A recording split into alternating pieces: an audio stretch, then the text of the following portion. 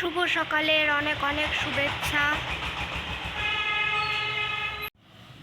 শুভ সকাল বন্ধুরা, তোমরা সবাই কেমন আছো? আমার পরিবারে তোমাদের সবাইকে জানাই অনেক অনেক স্বাগত। আজকে আমাদের বাড়ি থেকে তোমাদের ভিডিওটা দেখাচ্ছি। ভিডিও স্টার্ট করলাম, কালকে তো বাড়ি এসেছি। রাইস কুকারে ভাত করছি, ভাত আর আলু সেদ্ধ। আমাদের কালকে একটা বিশাল বড় ভুল হয়ে গেছে। আমাদের এত মাথায় চাপ, কোনো কিছু আজকাল মনেই থাকে না, কবে কোন দিন চলে যায় মানে সব কিছু গুলিয়ে যাচ্ছে। এমনিতে তো শরীর অসুস্থ, তারপরে একটার পর একটা হয়েই যাচ্ছে। কালকে তার মধ্যে দাদা পেয়েছে হাতের মধ্যে ব্যথা, এটা নিয়ে সকালবেলা একদম হুলুস তুলুস কাণ্ড। কালকে কি হয়েছে বলো তো? কালকে বিরাট একটা ভুল হয়ে গেছে। সেটা হলো, যখন আমরা যাচ্ছি রাস্তায় দেখছি মহানন্দা নদীতে পুজো হচ্ছে। তো আমরা প্রথমে ভেবেছি হয়তো ভাসান দিতে এসেছে, কালী পুজোর ভাসান হয় সেই জন্য বাজনা বাজছে, কিন্তু দেখছি প্রচুর লোক।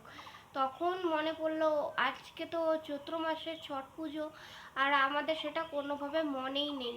আমরা যেহেতু ছট পুজোটা মানি, সেই কারণে আমরা নিরামিষ খাই। যখন দুর্গাপুজোর পরে ছট পূজা হয় তখন আমরা 5-6 দিন নিরামিষ খাই। পুজো শেষ হয় তারপরে আমিষ মুখে দিই। আর এই চৈত্র মাসের ছট পুজো তো 2 দিন থাকে, কালকে ছিল আর আজকে সকালে। তো এই 2 দিনও আমরা নিরামিষ খাই। তা কোনো কারণে না মানে মনেই ছিল না কালকে ছট পুজো। আর দুপুরবেলা তো আমিষ খেয়ে ফেলেছি। যাই হোক, এখন কি করব বলো, না জেনে খেয়ে ফেলেছি, ঠাকুর হয়তো বুঝতে পারবে। আর ছট ঠাকুর তো জানো খুবই জাগ্রত ঠাকুর। আমরা তো ইচ্ছে করে কিছু করিনি, তবুও বলো যে আমাদের কি মানে ভুল হয়ে গেছে। এখন কি করব বলো, করার তো কিছু নেই। আসার পরে তো বাড়ির থেকে তো ভাত তরকারি নিয়ে এসেছিলাম, সেটা তো আর খেতে পারবো না কালকে রাতে। আবার সেই রাত্রিবেলা ভাত করা হয়, সেদ্ধ ভাত করা হয়। ভাগ্যিস মানে বাড়ির থেকে চাল আলুটা নিয়ে আসা হয়েছিল, সেদ্ধ ভাত করা হয়, ওটাই খেয়েছি কালকে রাতে। আবার আজকে সকালে একটু আগে করলাম, অল্প চাল ছিল, চাল আর 2টা আলু দিয়ে সেদ্ধ করলাম, এটাই এখন খাবো। আমি খাবো, ও খাবে, খেয়ে কাজে যাবে। কাজ থেকে আস্তে আস্তে তো অনেক দেরি হয়ে যাবে, প্রায় 4:30 বাজবে। তারপরে আমরা রওনা দেব। আজকে হয়তো আমরা হলদিবাড়ি হয়েই যাব।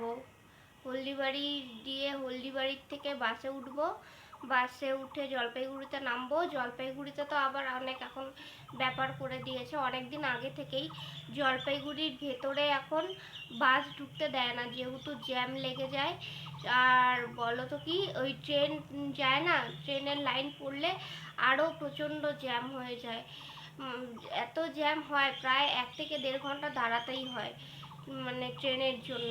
সেই কারণে জলপাইগুড়ির ভেতরে এখন বাস যাওয়া বন্ধ। আর স্টেট বাসগুলো যায় হচ্ছে মোহিতনগর দিয়ে ঘুরে, তারপর স্টেট বাসগুলো আবার শান্তিপাড়াতে আসে, শান্তিপাড়া বাস স্ট্যান্ড জলপাইগুড়িতে। ওই আর এমনি পাবলিক বাসগুলো হচ্ছে বউবাজার। এত কিছু তো আর দেখানো সম্ভব না। আর বলো তো কি, আমার শরীর প্রচণ্ড নাজেহাল হয়ে যায়, অস্থির হয়ে যায়। আর এখন তো গরম পড়ছে, হাঁপিয়ে উঠি, সেই কারণে সমস্ত ভিডিও তোমাদের শেয়ার করতে পারি না, তাই মুখে বলে দিলাম। এতগুলো প্রসেস পার করে তারপরে যেতে হয়। ওই একটা না মানে একটা বাসে উঠলাম একটাতেই নামলাম, ওরকম না। ট্রেনে গেলে সুবিধা হয়, কিন্তু ট্রেনে বলো তো কি, এনজিপিতে এখন কাজ হচ্ছে, অনেক দিন ধরেই কাজ হচ্ছে, প্রায় 1 বছর হয়ে গেল। এনজিপিতে তো এমনিতে তো ফ্লাইওভারে হাঁটতে হয়, অনেকটাই হাঁটতে হয়, আবার সিঁড়ি দিয়ে উপরে উঠতে হবে, ওটা একটা প্রায় 30-40টা, তার বেশি সিঁড়ি ধরো, ওখানে 40টা সিঁড়ি পার করে ফ্লাইওভারে হাঁটতে হবে, আবার নামতে হবে। নামার পরে আগে 100 মিটারের মতো হাঁটতে হতো, পাশেই মানে ম্যাজিকগুলো দাঁড়িয়ে থাকতো। কিন্তু এখন এনজিপিতে যেহেতু কাজ হচ্ছে, সেই কারণে প্রায় 3 কিলোমিটার হাঁটতে হয়। তো অত তো হাঁটা আমার পক্ষে সম্ভব না, এই হচ্ছে অবস্থা। সেই কারণে ট্রেনে একটু গেলে সুবিধা হয়, একটু আরাম করে যাওয়া যায়, কিন্তু উপায় তো নেই। ও কাজে চলে গেল, আমি এখন ঘরে একা আছি। কাজ থেকে আসবে, 4:30 বাজবে, তারপরে বাড়ি যাব। দেখতে পাচ্ছ আমার মুখ চোখ বসে গেছে। একা একা ভালো লাগছে না। একবার শুয়ে আছি, একবার বসছি, একবার বাইরে গিয়ে বসছি, এই করছি ঘরে একা একা।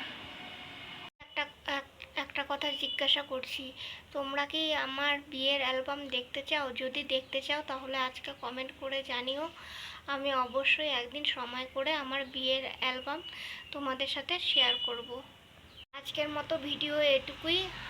তোমরা সবাই ভালো থেকো আর আমাদের জন্য একটু প্রে করো। আবার কালকে তোমাদের সাথে দেখা হবে।